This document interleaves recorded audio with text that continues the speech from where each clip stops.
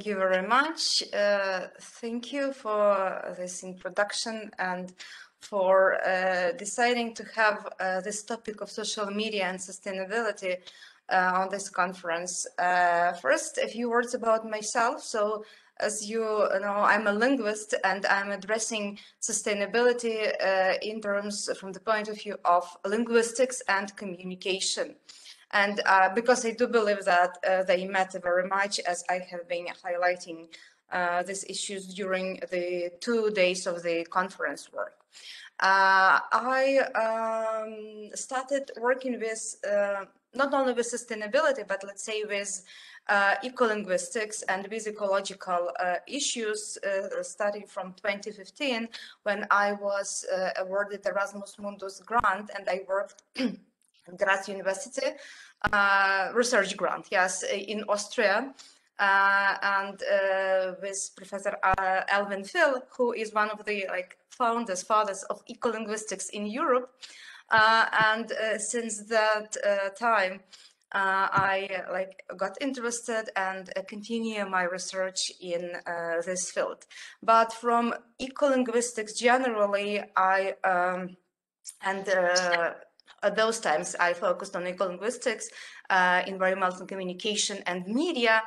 Right now, I'm trying to focus on social media because media is a very broad term, let's say, though we all know that there are various types of media, but social media right now has a very great potential, I would say, because social media platforms, they inspire people, they allow social interaction and content generation, and they have grown rapidly in recent years. That's why today I'm going to focus and mention a few things that social media might do to help us promote sustainability. I will refer to things why it is problematic and why it is possible at the same time, and who can benefit from that. So let me start with the maybe negative things, yes, with some barriers to action for sustainability, and then I will continue to move to more positive things. So in my opinion, there are some barriers to action for sustainability, and we have been discussing that throughout the conference, yeah? So first of all, that's lack of knowledge generally. I would say that's one key barrier to greater sustainability action, and that's knowledge regarding environmental, social, general sustainable issues. People do not understand, they lack understanding regarding, let's say, climate change. Yes, they think that's something that does not exist. And beyond mere awareness of sustainability issues or environmental issues, people need to understand their personal impact, yeah, and know how to take appropriate actions for sustainable development, for instance. So first one is lack of knowledge. Then psychological, let's say, inaction. So people, and here we've got a few of them, yes, 5 of them, because psychology is a very broad term, and here I'm trying to single out a few. First of all, that's a limited cognition. The nature of human brains and understanding and thought patterns could be a barrier to behavior change. For example, what I mean here, climate change is invisible. And if people do not see climate change, so they are not acting, they are not focusing on that. On the contrary, so that's not a visible threat. On the contrary, I may cite the example of coronavirus. And if people see coronavirus outcomes, they start acting, yes, they hear about that and they understand. So here you've got the limited cognition barrier, and it's acting negatively towards the sustainability action, and it has another type of influence towards the coronavirus, the whole pandemics. So the next one is disbelief. Again, following the example of pandemics. People started believing in pandemics, first of all, when they understood that people who are living near them are suffering from that. Yeah? At the same time, people are denying that the environmental issues are that can be and that environmental behavior and their personal behavior can have a negative influence on that. So they are taking opposing views to that. So they deny or mistrust in that. The next psychological inaction barrier is the ideology, right? So here, for instance, people try to believe that there will be somebody or something that will solve their problems. Like, for instance, maybe somebody will invent the machine or anything else that will help to solve the problems with folia, for instance, yeah, and everything will be solved. So they tend to shift the responsibility to somebody else, to something else, like technologies or other people. So that's the ideological. We may say about paternalistic behavior, but the difference in different countries. I would say further research is needed here about the ideological aspect. And the ideologies are closely connected with social norms. Like, definitely, social norms are different in different communities, let's say.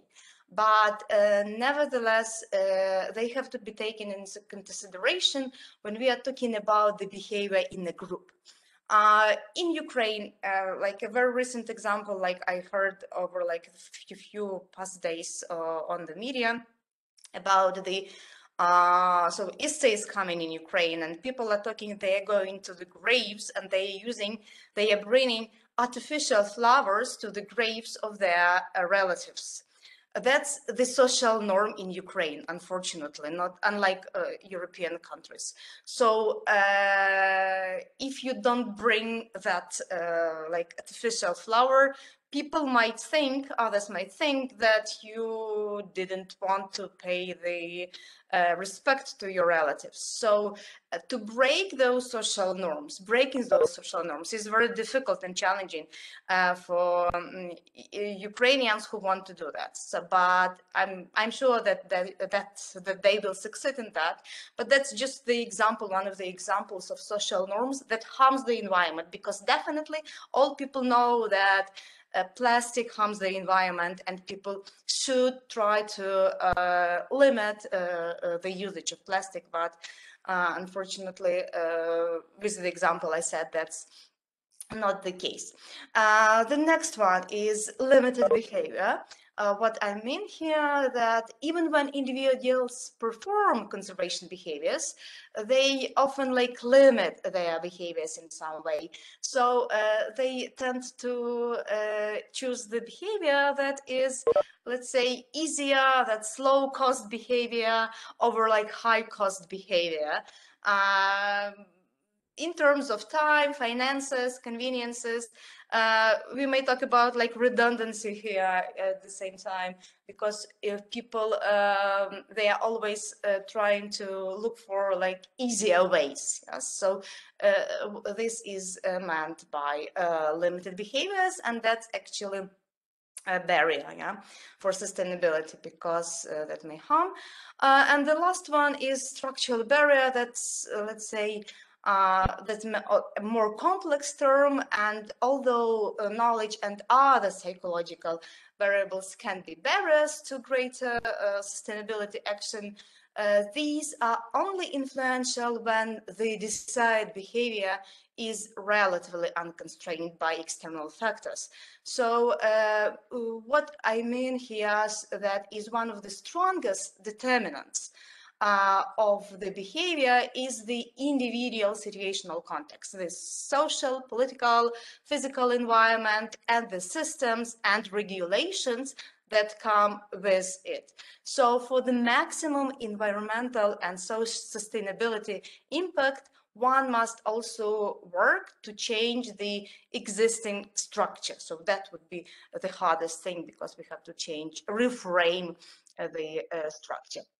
Is it possible to change the communication, the behavior? Definitely it is, and there is lots of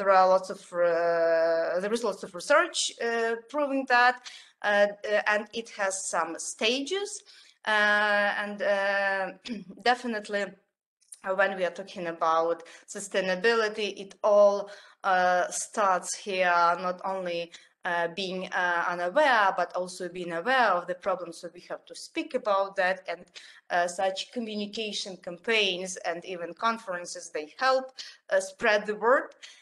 So with this slide, I'm only trying to highlight that behavior change is possible, and we all are, with our small steps and all our efforts, are trying to make people come from pre-contemplation stage to the action and maintenance stage. And social media, they also help people to practice the desired behavior and sustain the behavior changes.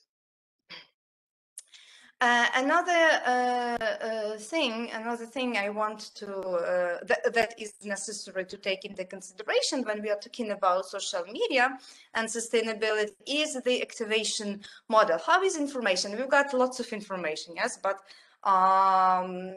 definitely information is structured and it flows in certain direction, and we have to take that into consideration. So Robert Edman suggested you must know that cascading activation model, but what is important here in terms of sustainability is that it all starts with administration. In our case, that's United Nations, because they are pioneering that, yes, and it all started with them.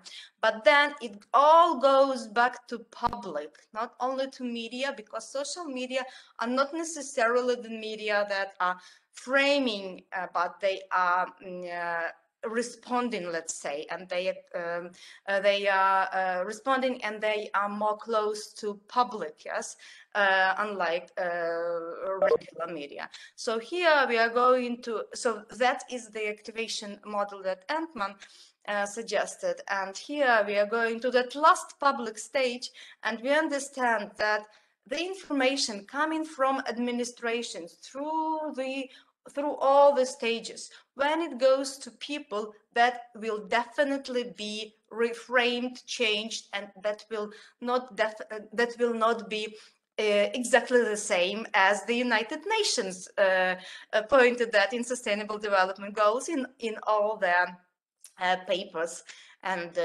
so on. So we have to take that into account. So now social media. So what social media? Definitely everyone knows about that, and you all must have lots of social media accounts, but I will ask you a bit later. Just I'm not reading the definition, but 2 points we have to take into consideration. So so that's internet-based application, and that application allows creation and exchange of user-generated content. When we are talking about the difference between media and social media, one thing we have to take into account is that in social media, people are creating content. Regular people are creating content, and not necessarily that they understand the responsibility for that, but they bear the responsibility for that. Yes, and there are cases, even a case in Ukraine, when people were posting fakes on their social media pages, even not creating, but even reposting pages, and then they were fined. Somebody sued them, and the court they went to court, and they paid the fine. And let's say not very big fine, yes, about like maybe $20, let's say, but that's the case, yes. So if you are posting something or reposting something on social media, you are responsible for that. So that's something we have to take into consideration. Definitely, like most people all over the world are familiar with that notion of social media, and but it's like more difficult maybe to define that for everyday on an everyday basis. Right now, I'd like maybe to pause for a while and ask you if you just can unmute yourself and or write at the chat box. How many social media accounts are you having? How many social media accounts are you having and practicing on a regular basis using? Oh, maybe two. Facebook two. and Instagram. Okay, Facebook and Instagram, yes. Any other responses? Of yeah, I don't see that if somebody raises, so just unmute yourself. Hello, I am Facebook. Facebook, yeah, okay. And I've got Facebook, LinkedIn, Twitter, and occasionally dabble in Instagram, but almost never post anything. Okay, so my four. photos are good Four of them. Yes, yeah. Okay, that's very interesting because you said that people from different countries, not necessarily of different age, but from different countries, and with more or less similar background, they are having various social media interests and using not exactly the same social media tools. Okay, let's look at those numbers, like pretty big numbers, I would say, yeah, big numbers. They come from the Statistica, you know, that website. So 3.6 billion, yes, network users, and the expected number is 4.41 billion. So that's quite a lot, I would say, because you remember that we've got about 7 billion people all over the world, so half of them are using social networks. And here we are talking about social network users. We are not talking about the number of accounts. So definitely one person has a few accounts here. And what's interesting when I was checking those numbers, what's interesting is the number of minutes people spend per day. So that's more than 2 hours. But there was the comparison that most of there was not the number, but most of time people spend on media in Latin America. So they spend more than 144 minutes per day. So just an observation from checking that Statistica. What's more important, that social media platforms are increasingly accessed via mobile phones applications. So people got more mobile phones and they are using more social media more at any time and at any place. So that's also important, and why that number may definitely grow. Next thing I'd like to focus is the functions, are the functions of social media. Definitely information, yes, information functions. Social media are informing about some events, but that's the same as regular media's function. Here, what's more important and more interesting is the action function and community functions. These two functions are very interesting because with actions, and we'll see that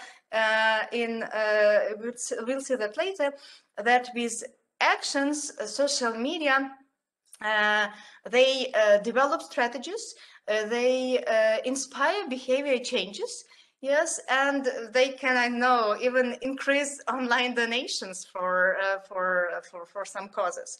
So they inspire actions and community functions. So for media was not focusing on like the development of the community And that community function is definitely unique for social media. And so social media are building and nurturing the participation of members around some passion points related to whatever organization, dialogue, they facilitate community buildings and so on. So organization leaders, they traditionally are using right now the social media for broadcasting news and their messages, and we all know that that's very powerful. I didn't want to mention politics here, so I love political cartoons, especially those about Donald Trump and his social media functions. I've got so many of them downloaded and saved, but I just wanted to have a different focus today, but that's very interesting, definitely. So community function and action function are the functions we, if we know about them, we may use them for promoting sustainability. And here just a few words about Bloom's taxonomy, because all people with educational background know that, and we know that we want to go from bottom to top, yes, and social media allows going to that evaluation and creation, especially creation part, because when people and students are creating posts after like evaluating and even analyzing, so they feel that they are creating and they are producing original work, and that helps to develop all the skills that are necessary to build during the courses. So just I want to refer to that Bloom's taxonomy, because I definitely think that social media help here too. Okay, so social media as an educational tool, from Bloom's taxonomy to education, and here I will say right now I'm going to focus on examples, not to be too theoretical and too boring.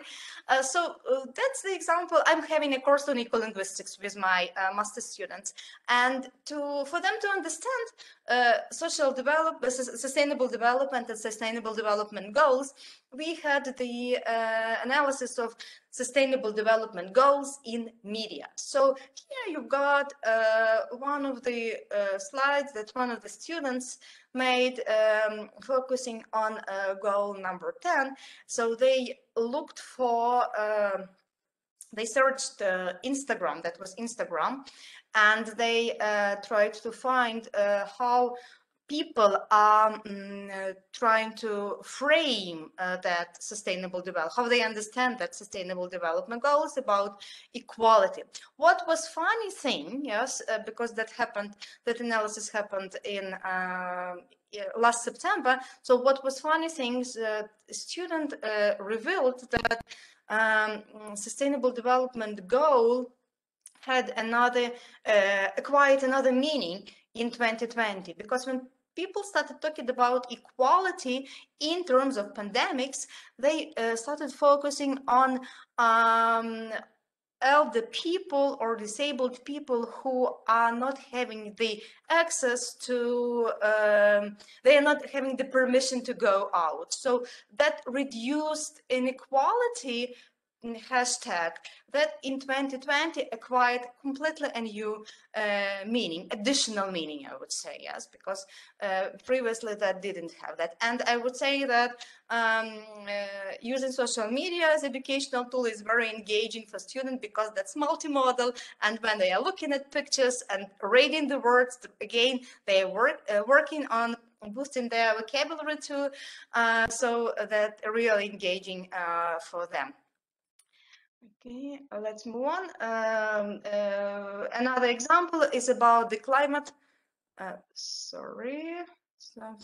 Yes, about the climate action goal number 13. So when we are talking, just again the example from that social media analysis, what's important here is that students are having a perspective, like intercultural perspective, because they are analyzing posts from different countries, and they see how different countries are framing those sustainable development goals, how people from those countries are framing that, because we've got the example from China, and how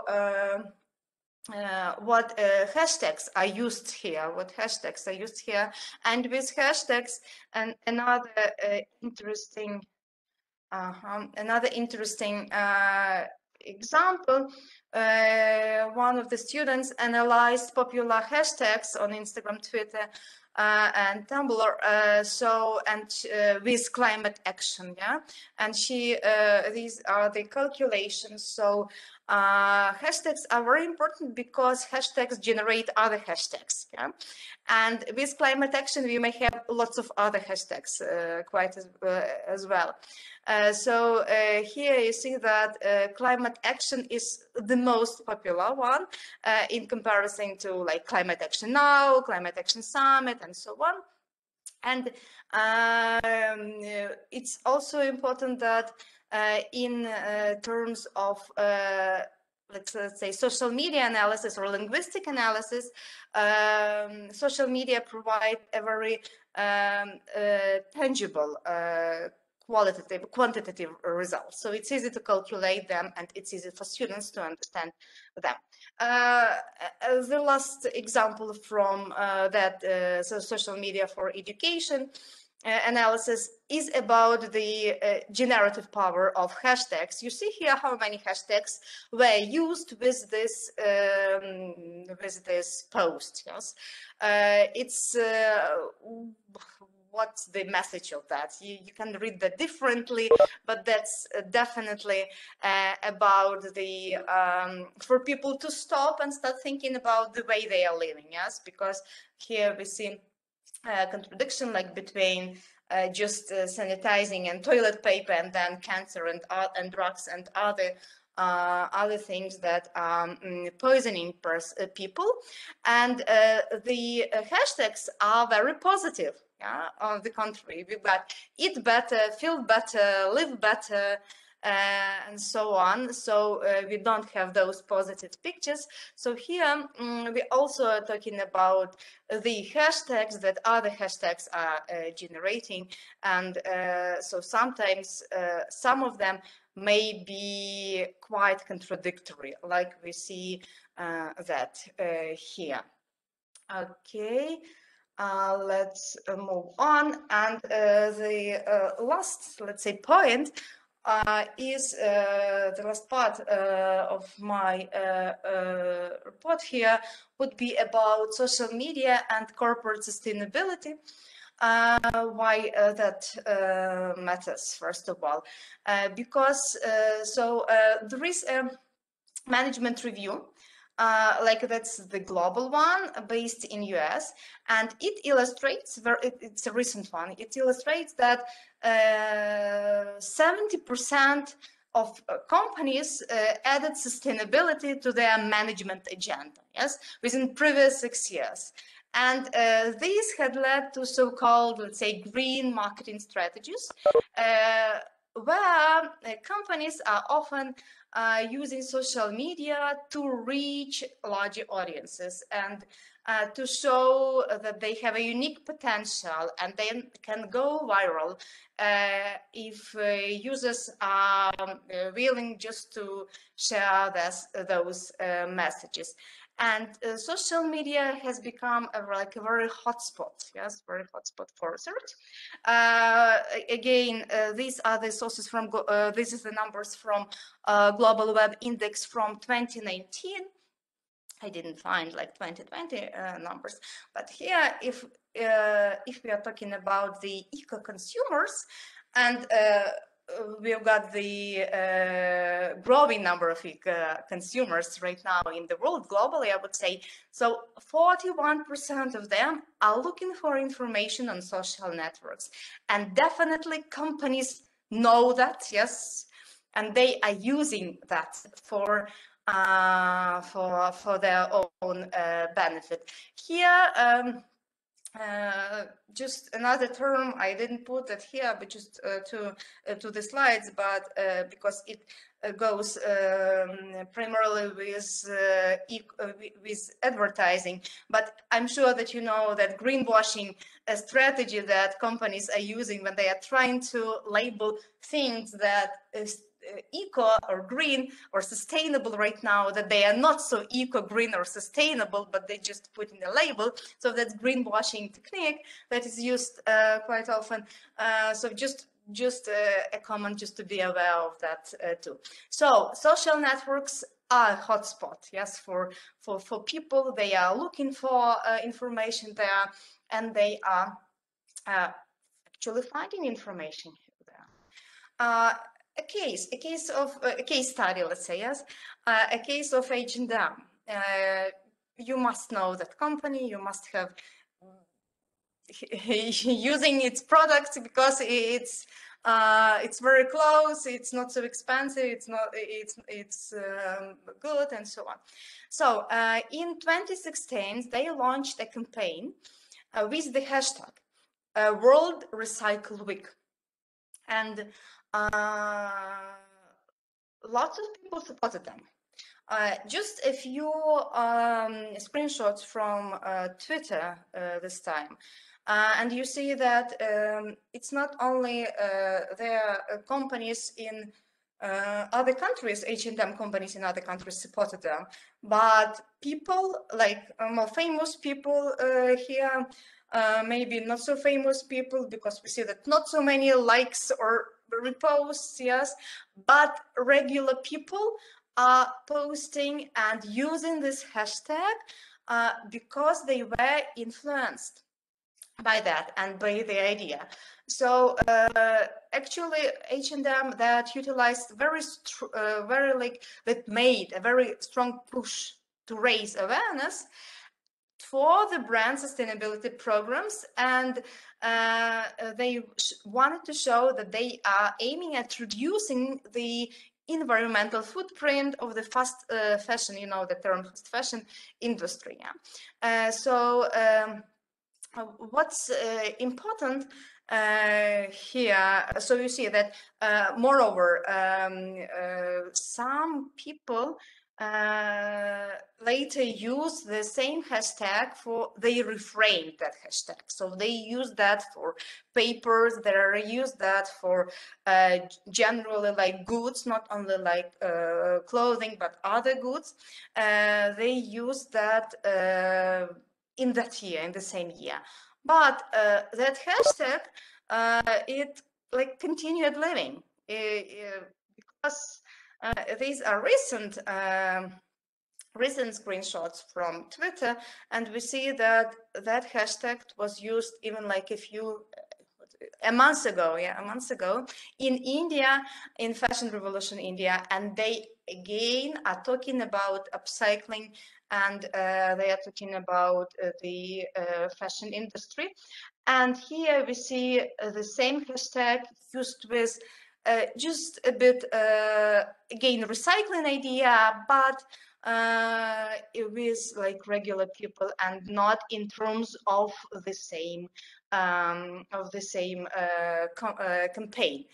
So H&M campaign that started with promoting the brand of H&M. So that ended completely in a different way. So it was successful, it reached its goals, but it has prolonged, let's say, living, and that actually changed. Yeah.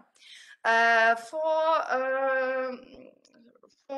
further readings, I suggest that you, if you have time today, you read the article about social media algorithm and it's becoming priority for world's largest firms.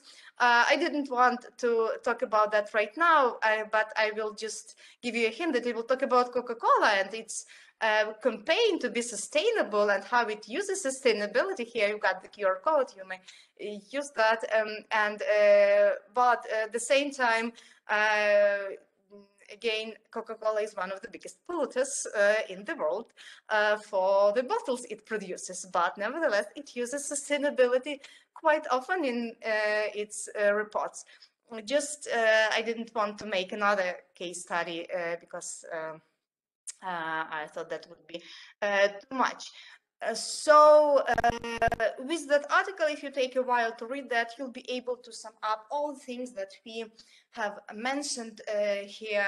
And we definitely should use social media to promote sustainability.